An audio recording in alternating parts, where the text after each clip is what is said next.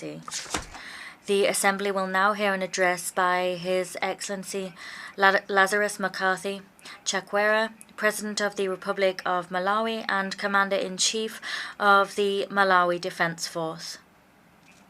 I request protocol to escort His Excellency. On behalf of the General Assembly, I have the honor to welcome His Excellency Lazarus McCarthy Chakwera, President of the Republic of Malawi and Commander-in-Chief of the Malawi Defense Force, and I invite him to address the Assembly. Your Excellency, Mr. Dennis Francis, President of the 8th session of the United Nations General Assembly, Your Excellency, Mr. Antonio Guterres, Secretary General of the United Nations, Your Excellencies, heads of state and government, and leaders of delegations, distinguished delegates, ladies and gentlemen. In less than 30 years, we will come to the halfway point of this century. And in less than 80 years, the 21st century will end. By that time, none of us will be president, and none of us will be alive. So when we stand at this podium and speak of the future, we speak of a future that does not belong to us. We speak of a future with sustainable development.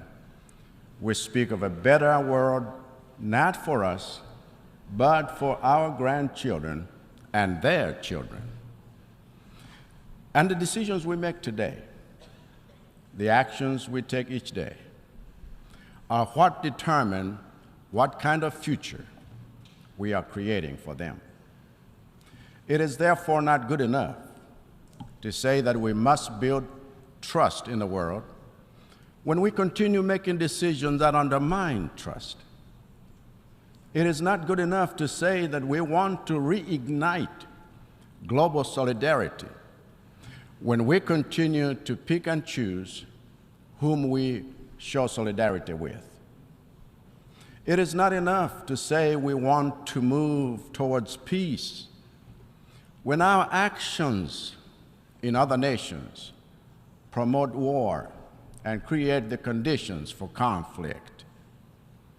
It is not good enough to say we want prosperity for all when our rules for trade and our financial systems are a recipe for deepening the poverty of other nations.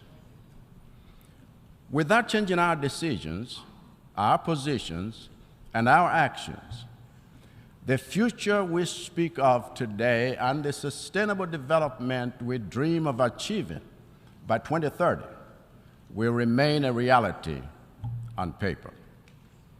And when it comes to urgent action, we must focus our attention, our energies, and our resources on the areas where we are falling behind.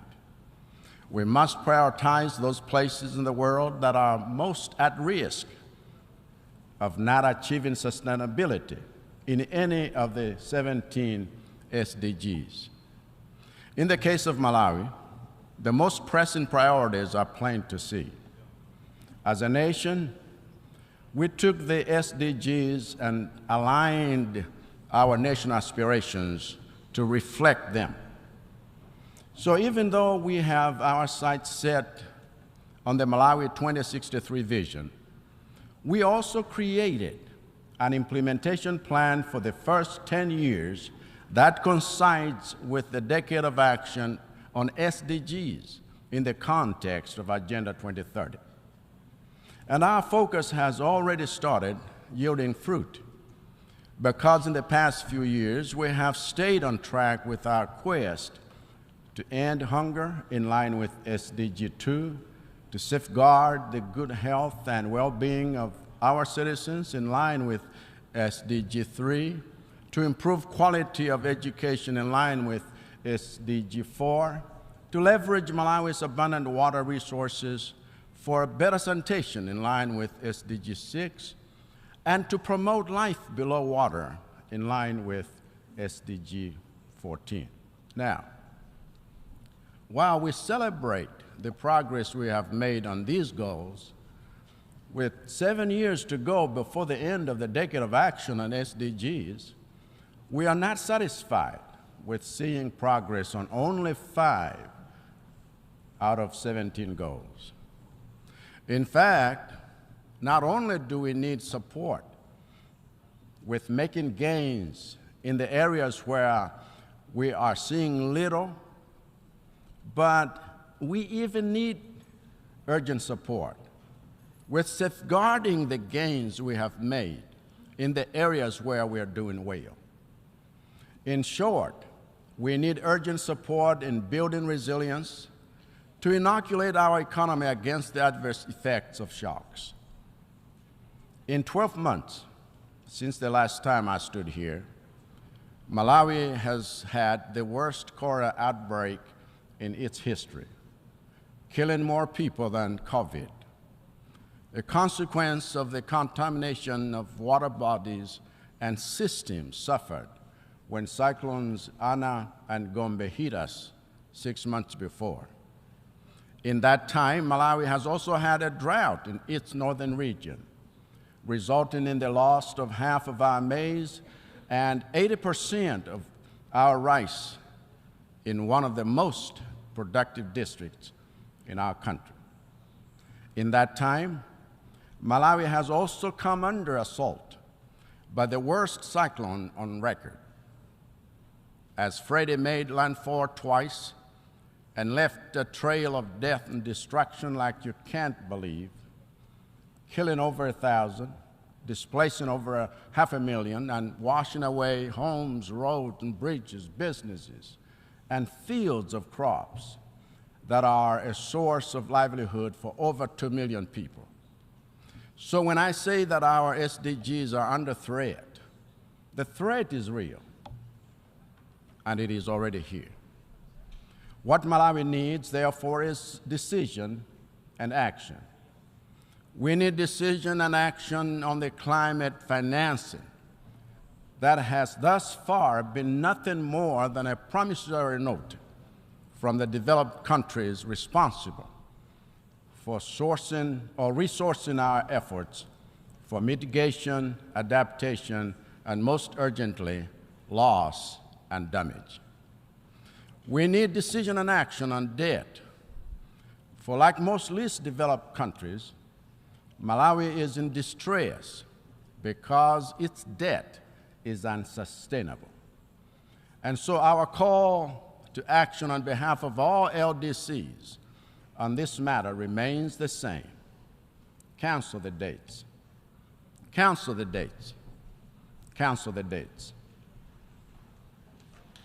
As a family of nations, we have already lost 2 years of progress during the decade of action due to economic shutdowns effected to contain COVID-19. And if you want the global economy to regain that lost ground, you must cancel the debts. We have lost another 2 years of progress during this decade of action due to economic disruptions caused by the war in Eastern Europe. And if you want to see LDCs catch up on SDGs, you must cancel the debts. That's a decision you can make today, an action you can take that would breathe oxygen into the suffocating economies of the global South. That's a decision you can make today so that the money being drained by servicing debts can go towards rebuilding roads, schools, hospitals, businesses, and livelihoods. For Malawi's part, we are committed to continue implementing reforms and policies aimed at building economic resilience against shocks. We are committed to continue engaging the United Nations and our development partners, both multilaterally as well as bilaterally, in mobilizing international support that goes beyond disaster management and seeks to build sustainability. We are committed to continue banging on the doors of financial institutions that remain too slow and too unresponsive and too rigid to address the existing financing gaps in the programs we have for achieving SDGs. We are committed to the principle of the UN Charter and to a rules-based international system, so long as we have the power to change the rules that have worked against us and held us back in terms of our development for decades. This is why Malawi strongly advocates for radical reform in the United Nations Security Council itself, whose very structure undermines the values of democracy, inclusivity, accountability, and trust. It is no accident that at this 78th session of the United Nations General Assembly, focused on rebuilding trust and solidarity, only one head of state from the permanent members of the UN Security Council showed up. That is not how you build trust. That is not how you show solidarity. That is not accountability. That is not leadership. As such, I believe President Biden said it so well here. And Malawi joins the United States in insisting that Africa must have a permanent seat on the UN Security Council with veto power, because without that level of inclusivity, rebuilding trust and reigniting global solidarity will be a challenge. One of the reasons we need a reformed United Nations is because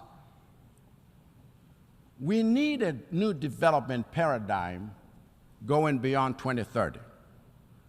We need a development paradigm that takes on board the interests of the developing world in the spirit of true partnership. We need a development paradigm that places partnership at the heart of our quest for SDG achievement. We need a development paradigm that promotes competition in matters of human ingenuity, science, technology, and innovation, and not in matters of militarization and economic exploitation, which are just new forms of colonization. We need a new paradigm that celebrates and rewards the developed nations that fulfill their commitment to finance resilience projects in developing countries. We need a new paradigm that establishes effective carbon markets to empower developing nations like Malawi with resources necessary for achieving sustainability and implementing their national adaptation plans. We need a new paradigm that builds each continent's capacity to tackle future pandemics, including vaccine manufacturing capabilities and proactive pandemic preparedness. And most importantly, we need a new paradigm that unleashes the full potential of our youth and puts them in the driving seat of the vehicles we are using to reach our SDG targets. For the future we are chasing after is theirs and not ours. I thank you.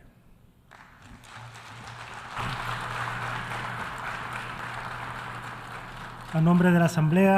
On behalf of the Assembly, I wish to thank the President of the Republic of Malawi and Commander-in-Chief of the Malawi Defense Force for the statement just made. And I request protocol to escort His Excellency.